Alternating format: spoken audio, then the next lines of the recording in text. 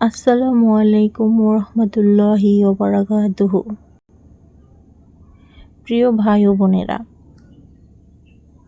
আজ আমি খুব সোজা একটা কথা বলতে চাই। জানি না কথাগুলো গুছিয়ে বলতে পারবো কি না, তবে বলতে চাই। আচ্ছা, আমরা সবাই জানি যে নামাজ হচ্ছে ফরজ। তো ছোটবেলা থেকেই শুনে আসতেছি, কিন্তু প্রশ্ন হলো, আমরা কি নামাজের মূল্য বুঝি, নাকি শুধু দায়িত্ব মনে করে তাড়াহুড়া করে পড়ে শেষ করি? রাসূল সাল্লাল্লাহু আলাইহি সাল্লাম বলেছেন, কিয়ামতের দিন সর্বপ্রথম হচ্ছে নামাজের হিসাব নেওয়া হবে।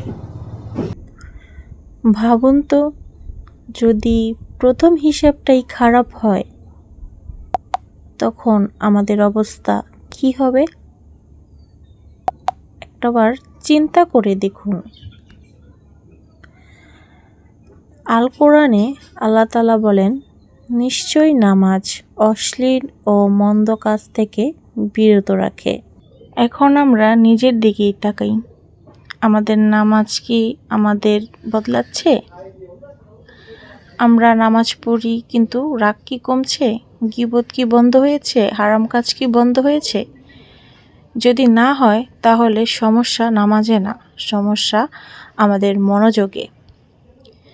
নামাজ হলো আল্লাহর সাথে কথা বলা। আপনি যখন দাঁড়ান, আপনি আল্লাহর সামনে দাঁড়ান। আপনি যখন সিজদা করেন, আপনি সবচেয়ে আল্লাহর কাছে চলে যান। একটা কথা মনে রাখবেন, দুনিয়ার কারো কাছে কাঁদলে সে হয়তো বিরক্ত হবে, কিন্তু আল্লাহর সামনে কাঁদলে আল্লাহ খুশি হন।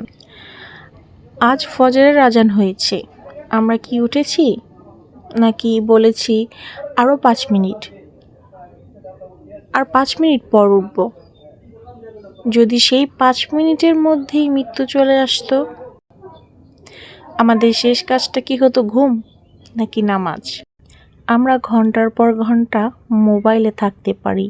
Facebook, Messenger, imo, WhatsApp, Instagram, TikTok ইত্যাদি ইত্যাদি, যাই হোক, কিন্তু 5 মিনিট নামাজের জন্য ভারী লাগে। হ্যাঁ, আমরা কি আল্লাহকে সময় দিচ্ছি, নাকি দুনিয়াকে বেশি সময় দিচ্ছি? তো চলুন আজ আমরা নিয়ত করি, এক ওয়াক্ত নামাজ ছাড়বো না। অ্যালার্ম দিয়ে উঠব, তাড়াহুড়ো না করে মন দিয়ে নামাজ পড়ব।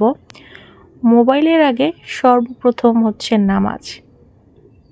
আজ থেকেই পরিবর্তন হন, কারণ আমরা জানি না আগামী নামাজটা আমাদের জীবনের শেষ নামাজ কিনা।